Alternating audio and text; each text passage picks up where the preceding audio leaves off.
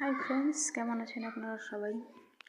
তো আজকে আমি আর বেশি কথা বাড়াবো না, ডাইরেক্ট আপনাদেরকে একটি কথা জানাতে চাচ্ছি, কারণ এখানে খুব লিমিটেড টাইম, ঠিক আছে? আর আমি তো জোরে জোরেই কথা বলি, এবার জানি না আপনাদের কাছে কীরকম অডিওটা শোনা যায়, ঠিক আছে? কারণ মোবাইলে তো সবসময় অডিও সমান থাকে না, আমি অনেক জোরে জোরে কথা বলছি, বাট জানি না কেমন শোনা যাচ্ছে, জোরে না আসতে, ঠিক আছে? তো আমি যেটা আপনাদেরকে জানাতে চাচ্ছি যে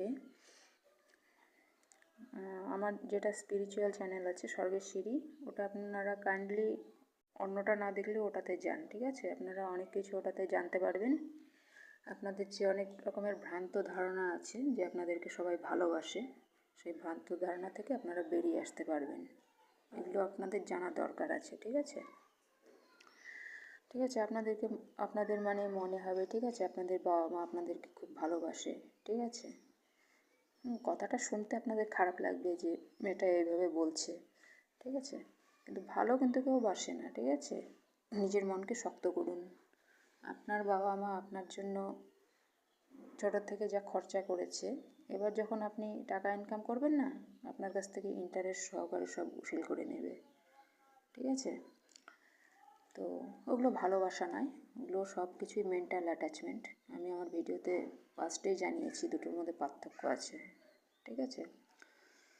আর কোনো কোনো বাবা মা তো ওরকমও থাকে, মেন্টাল অ্যাটাচমেন্টও থাকে না, ঠিক আছে, শুধুই স্বার্থ থাকে। তো আশা করি আপনারা এই তিনটের মধ্যে পার্থক্য বুঝবেন। পৃথিবীতে অনেক রকমের মানুষ আছে, ঠিক আছে?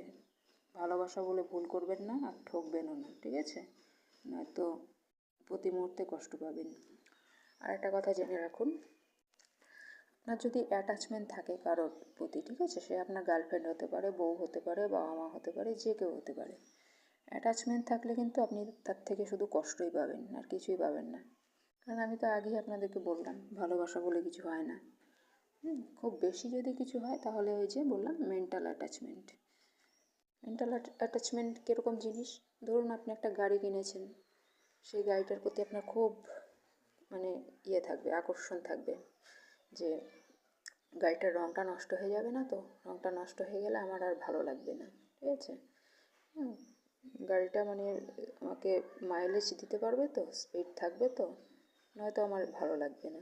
এই যে শর্তগুলো, এগুলোকে বলে অ্যাটাচমেন্ট, ঠিক আছে?